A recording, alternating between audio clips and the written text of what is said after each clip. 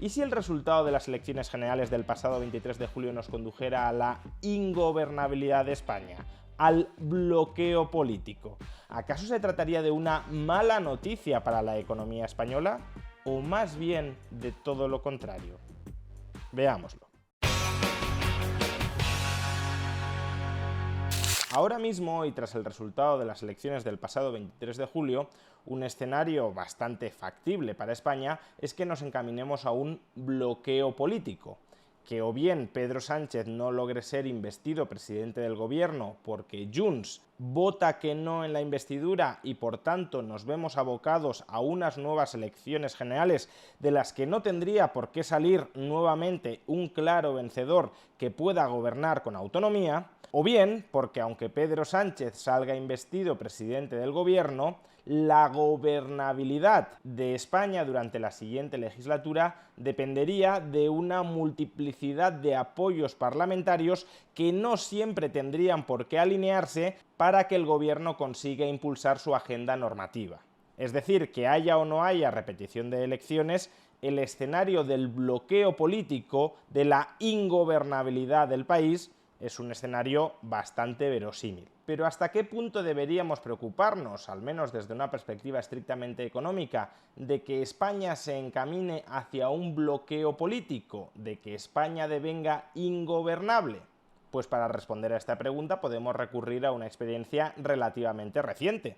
En los años 2015 y 2016 hubo que repetir en 2 ocasiones las elecciones generales en España y nuestro país estuvo 10 meses, prácticamente un año, con gobierno en funciones, es decir, con un gobierno que no podía promover ninguna agenda normativa. ¿Y qué ocurrió en la economía española durante esos 10 meses de bloqueo político, de suspensión de la actividad política en nuestro país? ¿Se estancó la economía española o incluso se hundió, se desmoronó nuestra actividad productiva?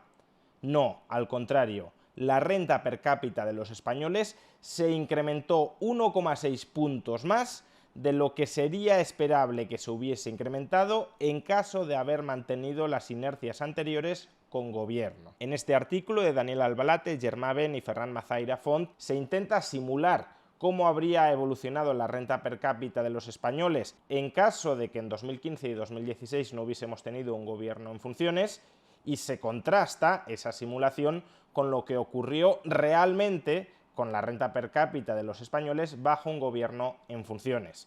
Y el resultado es que la renta per cápita de los españoles, como ya he dicho, fue en 2016 1,8 puntos superior de lo que alternativamente habría sido con un gobierno plenipotenciario, no un gobierno en funciones. Por tanto, lo que está claro con estos datos es que la ingobernabilidad, el bloqueo político, no tiene por qué ser necesariamente negativo desde un punto de vista económico.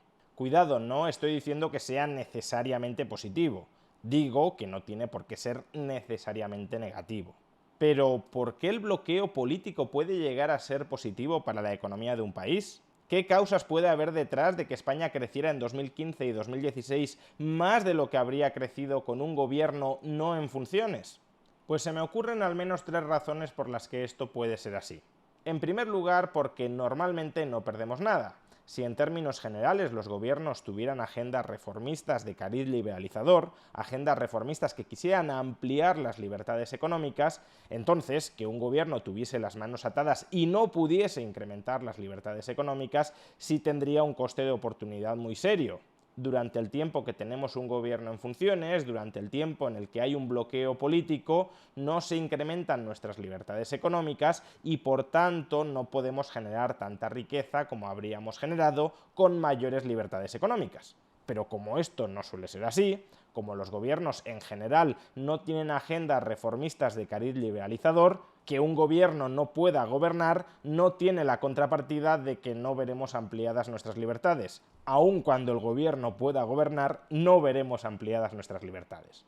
En segundo lugar, y relacionado con lo anterior, porque no solo se trata de que las agendas reformistas de la mayoría de gobiernos no sean agendas reformistas liberalizadoras, sino que más bien ocurre lo contrario. Las agendas contrarreformistas de la mayoría de gobiernos suelen ser agendas liberticidas, agendas que pretenden recortar nuestras libertades económicas. Y por tanto, si un gobierno está en funciones y no puede promover su agenda normativa liberticida, lo que nos ahorramos durante esos meses de bloqueo político es que se aprueben muchas malas normas que perjudiquen a la economía.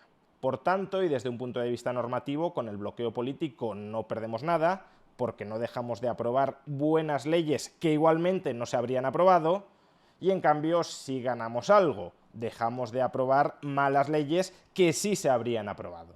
De hecho, una de las normas que deja de poder aprobarse cuando el gobierno está en funciones y cuando hay un bloqueo político en el Parlamento son los presupuestos generales del Estado.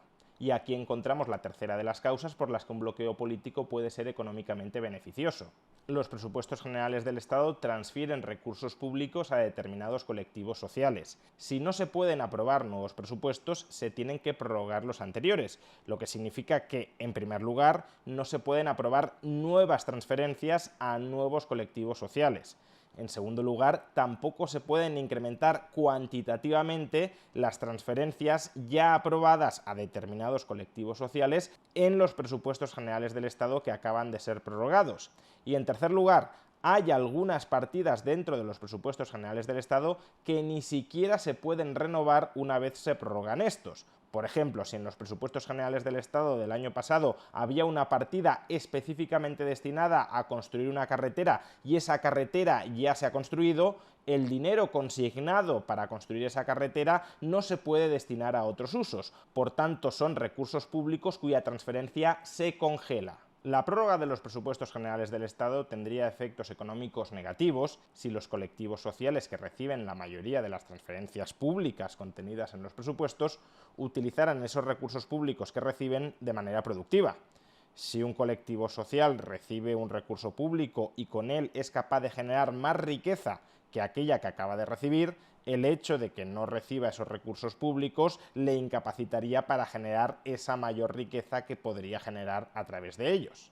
Pero si por el contrario muchos de esos colectivos sociales no hacen un uso productivo de los recursos públicos que reciben, sino consultivo, es decir, si se limitan a consumir los recursos públicos sin engendrar nueva producción a través de ellos, pues entonces que se congelen las transferencias de los presupuestos no lastra el crecimiento económico, sino que más bien lo impulsa. No deja de canalizar recursos hacia aquellos que generan riqueza, sino que deja de canalizar recursos hacia aquellos que consumen esa riqueza.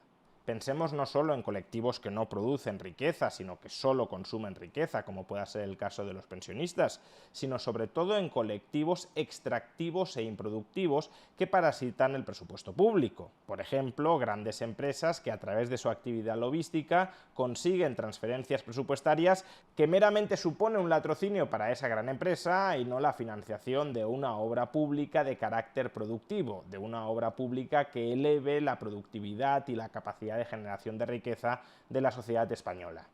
Si en términos generales las transferencias de recursos públicos que aparecen en los presupuestos españoles son de este tipo, transferencias de tipo extractivo e improductivo, que se prorroguen los presupuestos y no se pueda incrementar ni cuantitativa ni cualitativamente la magnitud y diversidad de estas transferencias, es desde luego una buena noticia para el crecimiento económico español.